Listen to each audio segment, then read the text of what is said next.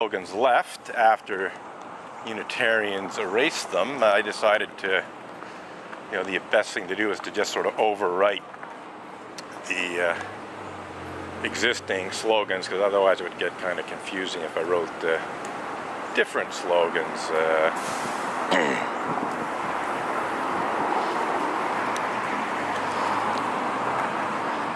So I'm seeing a fair number of young people showing up at the Unitarian Church of Montreal, new faces, and so I suspect that there's a certain amount of recruitment going on. The Unitarian Church of Montreal does actively recruit university students and so on, although these kids look maybe even younger, might be CJEP students. And interesting, getting back to that conversation I had, it was actually a woman who said that her daughter was attending CJEP and that one of her teachers had said that she attended the Unitarian Church of Montreal.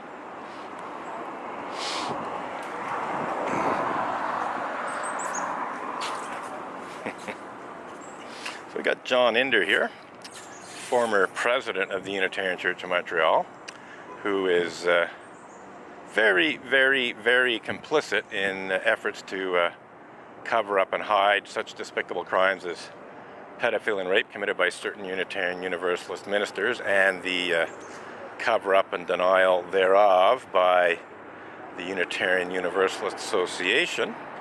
And in the past, John Inder has involved himself in efforts to force an end to my protest. So he's very, very much complicit, even a knowing and willful participant in efforts to hide the truth, the readily verifiable truth that can easily be found. The tip of the iceberg, though, you can only find the tip of the iceberg because the Unitarian Church is quite successful in covering up and hiding clergy abuse in general and clergy sexual abuse of children in particular. There are very few publicly known cases of Unitarian Universalist clergy abuse of children. The most famous case is that of Reverend Mac Wallace Mitchell, who was charged, tried, and convicted of the forcible rape and the unnatural rape of teenage Tibetan refugees who he had lured away from their families in India with promises of a better life in America. And so that case did get some media exposure in Massachusetts and did get some of that exposure online, so it's publicly known. So it's most ironic that the Unitarian Universalist Association would actually accuse me of blasphemous libel for blogging about a case of rape committed by a Unitarian Universalist minister, where not only was the minister charged, tried, and convicted, but the case was reported in newspapers and other websites than my own. So now it's true that my website did actually amplify things somewhat and call greater attention to it, but I didn't see the Unitarian Universalist Association accusing the newspapers of blasphemous libel or the other bloggers of blasphemous libel. Just seems they wanted to shut down my blog posts. Of course, in the United States, where most of the blog posts were, there's no national blasphemy law as there is or was in Canada. Individual states have blasphemy laws. So, who knows what the Unitarian Church has done to try and conceal its clergy abuse problems in the United States. I know there's been other legal bullying of other people, so it's very, very possible that the Unitarian Universalist Association has in fact tried to intimidate other people into silence about clergy sexual abuse in general and sexual abuse of children in particular. Anyhow, I got people showing up here, and See Reverend Diane Rollert now outside the church in her stole.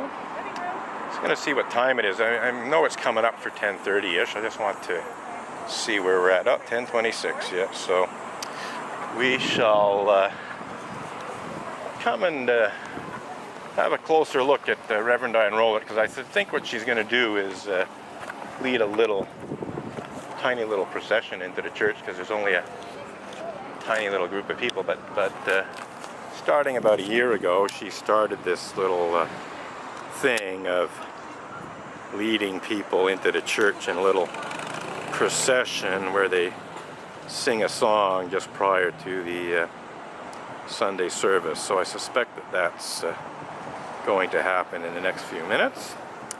But of course, you know, Reverend Diane Rollert's just, you know, pretending everything's fine and dandy, nothing's wrong here.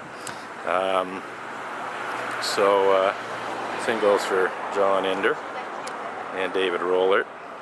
So I do like this live in harmony sign. You know, they're not very good at living in harmony with yours truly, that's for sure. I've been physically assaulted by Unitarians, and they've stolen my picket signs, they've erased my chalk slogans, they've verbally insulted me on occasion. Of course, I do return the favor when that happens. I don't return the physical assault favor when that happens, unless stopping walking backwards and having David Horn shove his face into my camera harder than he tried to is you know, basically active violence. But I don't think so. I was just stopping walking backwards because he was trying to be intimidating, and unfortunately that caused his face to press into my camera somewhat harder than he was expecting, because he did actually shove his face right into my camera lens right before I stopped walking backwards. So that's the closest I come to physical violence in this protest, and only because David had repeatedly hit me prior to that and was being very threatening in his actions. So yeah, so it looks like the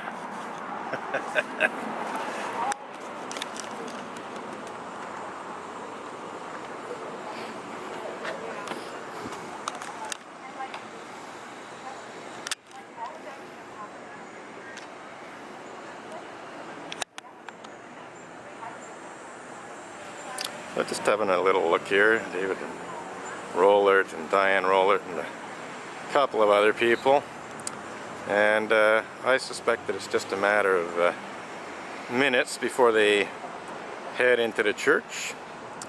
So like I said, in the past year or so, starting about a year ago if I remember correctly, Reverend Diane Rollert did start this practice of basically, you know, singing a little song or chanting a little chant and entering the church from the outside just prior to the service starting. So I'm expecting that to happen any time now. Okay, so here we have some sheets of paper coming out of the church, so maybe they need to read from sheets of paper or something.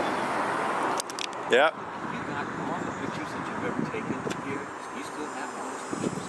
I'd have most of them, yeah. Yeah, I got the videos too. You can just go on YouTube.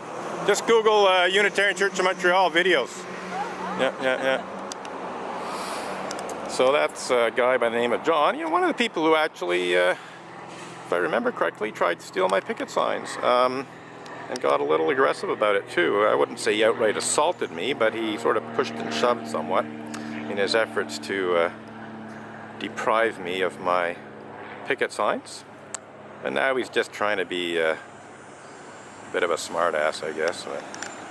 But anyhow, looks like they didn't sing any song or chant any chant. They just went into the church, or on their way into the church. So anyhow, it's interesting how the wayside pulpit is empty here. It's used to hold the mission statement of the Unitarian Church of Montreal, the quite ironically meaningless mission statement of the Unitarian Church of Montreal. So David, are you planning to change your meaningless mission statement or something? Your wayside pulpit is empty. Not that it wasn't empty even when it had something in it, but empty and meaningless. Mission statement of the Unitarian Church of Montreal. Definitely, even when there was the mission statement displayed in this now quite literally empty wayside pulpit, it was nonetheless empty because the mission statement was quite empty and devoid of any real meaning, and it's certainly devoid of any moral and ethical content. There was nothing of a clear moral and ethical nature in the mission statement of the Unitarian Church of Montreal that was until recently displayed in this now literally empty as opposed to figuratively empty wayside pulpit. So we'll see what happens. You know, they might put it back in, or they might put something else. You know, they've often displayed various sayings, but I just find it interesting that that it's just sort of standing forlorn and neglected with the door left open, and nothing at all in it.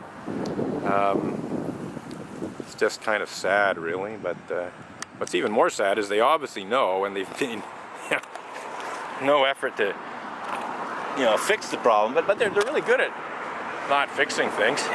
I wouldn't be here if they actually dealt responsibly with problems that arise in the church, either through negligence and complicity or other things. So anyhow, had a couple of people look back at the picket sign just before going into church. I'm pretty sure they saw my chalk slogan, so maybe they'll ask a question or two. They were not familiar faces. And it looks like this video is about to wrap up, if it hasn't already. Yeah, very, very soon we're going to come to the end of the video here.